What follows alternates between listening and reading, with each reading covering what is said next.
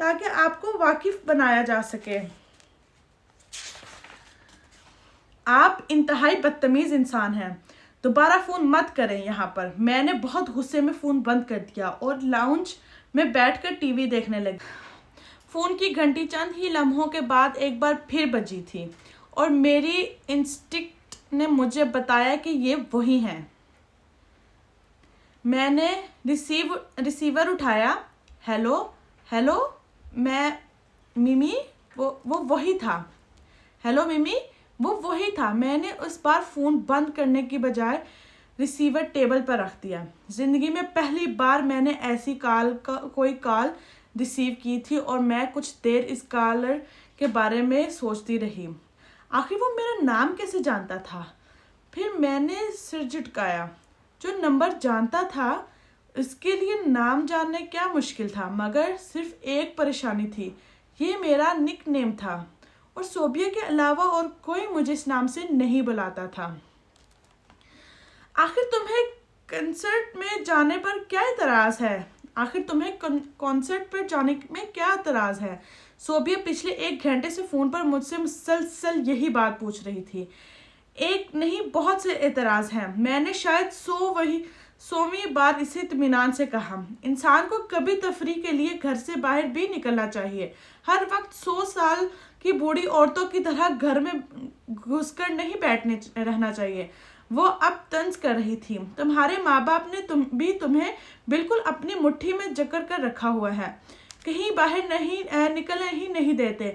وہ اب امی اور بابا پر تنقید کر رہی تھی، حالانکہ یہی تو عمر ہوتی ہے ایسی سرگرمیوں کی۔ اگر اس عمر میں یہ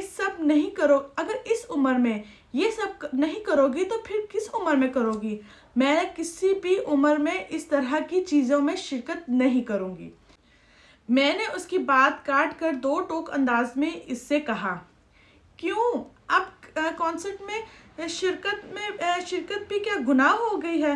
وہ طنزی انداز میں یہ پوچھ رہی تھی۔ مجھے نہیں پتا کہ وہ وہاں جانا گناہ ہے یا نہیں، مگر میں اس طرح کی کمپنی کو انجوائے نہیں کرتی۔ کیسی کمپنی کو؟ صوبیہ نے قدرے تیز لہجے میں میری بات کاٹی۔ تم میری بات کر رہی ہو؟ وہ غلط فہمی کا شکار ہو رہی تھی۔ نہیں، میں تمہاری کمپنی کی بات نہیں کر رہی، میں نے کہا، میں وہاں آنے والی دوسرے لڑکیوں کی بات کر رہی ہوں جو بغیر کسی وجہ کے ہنگامہ برپا کر دیتے۔ اب کنسرٹ میں تو شور ہی ہوگا، وہاں لوگ چپ کا روزہ رکھ کر تو نہیں بیٹھ سکتے، صوبیہ نے کہا۔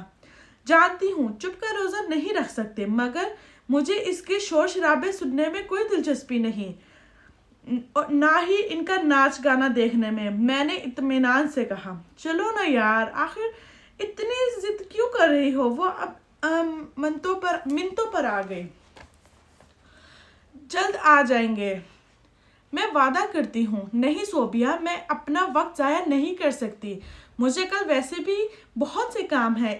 میں اس کی منت سماجت سے متاثر ہوئے بغیر بولی۔ ایک دن کی تفریح سے تمہارے کون سے کام رک جائیں گے؟ وہ اسی انداز میں کہہ رہی تھی۔ تمہیں پتہ ہے میں کبھی تم سے ساتھ چلنے کے لیے نہیں کہتی اگر میرے ساتھ جانے کے لیے کوئی اور ہوتا، مگر میرے ساتھ جانے کے لیے کوئی اور نہیں ہے، اس لیے تمہاری منتیں کر رہی ہوں۔ چلو نا، اس نے ایک بار پھر منت کی۔ اچھا، اگر میں تمہاری منت کروں کہ تم وہاں نہ جاؤ تو پھر؟ میں نے جواباً کہا۔ مجھے تم سے اس فضول بات کی توقع تھی، وہ یکدم ناراض ہو کر بولی۔ اب تم مجھے مجبور کرو گی کہ میں وہاں نہ جاؤں اور تمہاری طرح اس عمر میں گھر میں بیٹھ کر اللہ اللہ کرنا شروع کر دوں؟ نہیں، میں تمہیں یہ نہیں کہہ رہی کہ تم گھر میں بیٹھ کر اللہ اللہ شروع کر دو، تم ویسے ہی گھر میں بیٹھ جاؤ۔ یہ ضروری تو نہیں کہ تم شہر میں ہونے والے ہر کنسرٹ کرو یا کنسرٹ چھوڑ دو۔ اگلی بار میری بجائے کوئی اور تمہیں ساتھ جانے کے لیے مل جائے گا، اگلی بار تمہارے ساتھ جانے کے لیے میرے علاوہ کوئی اور مل جائے گا، تو پھر تمہیں میری منتیں نہیں کرنا پڑیں گی۔ اس سے پہلے کہ میں کچھ اور کہتی، اس نے دوسری طرف سے فون رکھ دیا۔ ہیلو،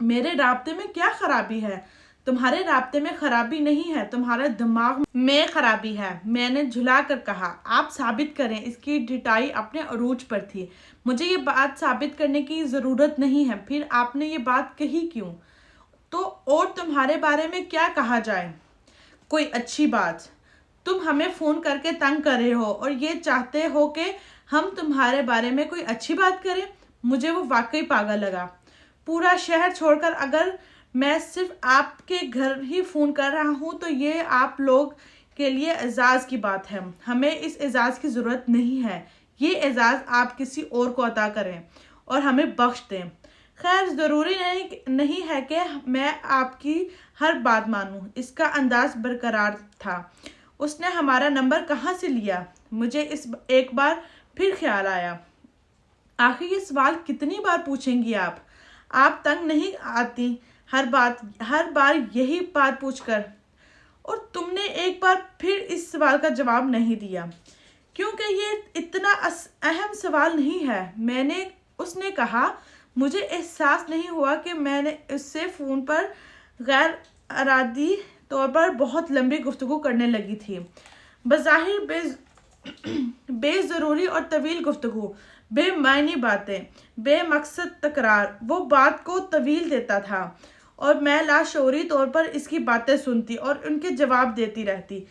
اسے بات سے بات بنانے یا بڑھانے میں کمال حاصل تھا اور میں نہ چاہتے ہوئے بھی اس کی باتوں کی عادی ہوتی جا رہی تھی۔ پہلے وہ میرے کالج سے آنے کے بعد دن میں کئی مرتبہ کال کیا کرتا تھا، پھر آہستہ آہستہ وہ ایک مخصوص وقت کال کرنے لگا جب میں لاؤنج میں ہوتی اور زیادہ تر میں ہی فون اٹھایا کرتی۔ مجھے اس کا کالز جھنجھلا دیا کرتی تھیں کیونکہ اس سے پہلے کبھی مجھے اس طرح کی کالز کا سامنا نہیں کرنا پڑتا تھا۔ نہ ہی میں نے کبھی اس طرح باقاعدگی سے کبھی کسی کی کالز ریسیو کی تھی، مگر وہ شخص عجیب تھا۔ کمال درجے کی ڈٹائی تھی اس میں، اور اس کی حس مزاح بھی اتنے ہی اعلیٰ تھی۔ میں اس کی جن باتوں کو سننے کے دوران اس سے ناراض ہوتی، بعد میں ان باتوں کا خیال آنے پر مجھے کئی بار ہنسی آتی۔ وہ پتہ نہیں واقعی اتنا ہی احمق تھا یا پھر صرف میرے سامنے احمق بن رہا تھا۔ مہر، ذرا فون اٹھاؤ، امی نے کچن سے آواز دے کر لاؤنج میں بجتے ہوئے فون کی طرف میری توجہ مبذول کروائی۔ میرے ذہن میں فوری طور پر اسی کا خیال آیا کیونکہ وہ اسی وقت فون کیا کرتا تھا۔ میں نے سوچا تھا آج اگر یہ وہ ہوا تو میں اسے ٹھیک سناؤں گی۔ ہیلو ممی، اس نے فون اٹھاتے ہی کہا۔ مجھے ایک بات بتاؤ، تم آخر میرا نام کیسے جانتے ہو؟ میں نے بالآخر اس سے سوال کیا جو میں پہلے دن سے کرنا چاہتی تھی۔ نام؟ میں تو آپ کے کام بھی جانتا ہوں، وہ بے اختیار ہنسا۔ کیسے کام؟ میں کچھ الجھی۔ تم گریجویشن کر رہی ہو، اس نے ایک ہی جست میں آپ سے تم سے کا فاصلہ طے کیا تھا، مگر اس وقت میں نے اسے غور نہیں کیا۔ مجھے تو اس بات نے پریشان کیا تھا کہ وہ کیسے جانتا ہے کہ میں گریجویشن کر رہی تھی۔ تمہیں کیسے پتا؟ میں نے بے اختیار کہا۔ مجھے تو یہ بھی پتا ہے کہ تم بہت عبادت گزار ہو۔ مائی گاڈ، دیکھا؟ وہ ایک بار پھر ہنسا۔ اور میں تو یہ بھی جانتا ہوں کہ تم پردہ کرتی ہو۔ تم نے دیکھا ہے مجھے؟ ہاں۔ کہاں؟ تمہارے کالج۔ وہ اب کالج کا نام بتا رہا تھا۔ تم وہاں بھی پہنچ چکے ہو؟ میں نے بے ساختہ کہا۔ میں کہاں نہیں پہنچ سکا، اس نے مزے سے کہا اور پھر اسی سانس میں بولا، کیا میں نے تمہیں یہ بتایا ہے کہ تم بہت خوبصورت ہو؟ نہیں، میں نے بے اختیار کہا۔ تم بہت خوبصورت ہو۔ میں چند لمحے کچھ بول نہیں سکی اور اس سے پہلے کہ میرے حواس بحال ہوتے امی لاؤنج میں آ گئی تھیں۔ کس کا فون ہے؟ انہوں نے کہا۔ صوبیہ کا۔ میں بے اختیار ہکلائی۔ اچھا، مگر اب بس کرو، بہت دیر سے باتیں کر رہی ہو تم اس کے ساتھ، انہوں نے کہا۔ جی، بس خدا حافظ کہہ دو اسے، امی نے مزید کہا۔ میں نے ریسیور دوبارہ کان سے لگایا، خدا حافظ، اور دھڑاک سے ریسیور رکھ دیا۔ کچن میں برتن پڑے ہیں، انہیں صاف کر دو، امی نے لاؤنج سے نکلتے نکلتے کہا۔ میں کر دیتی ہوں، میں نے کھڑا ہوتے ہوئے کہا، مگر اس وقت میرا ذہن کہیں اور تھا، اور دل پتہ نہیں، وہ تو شاید کہیں تھا ہی نہیں۔ اچھا تو دوستو یہ تھا ہمارا چوتھا باب جو کہ ہم نے ابھی ریڈ کیا ہے۔ انشاءاللہ ملتے ہیں نیکسٹ 5ویں باب کے ساتھ نیکسٹ ویڈیو میں۔ آج کے لیے اتنا ہی، خدا حافظ۔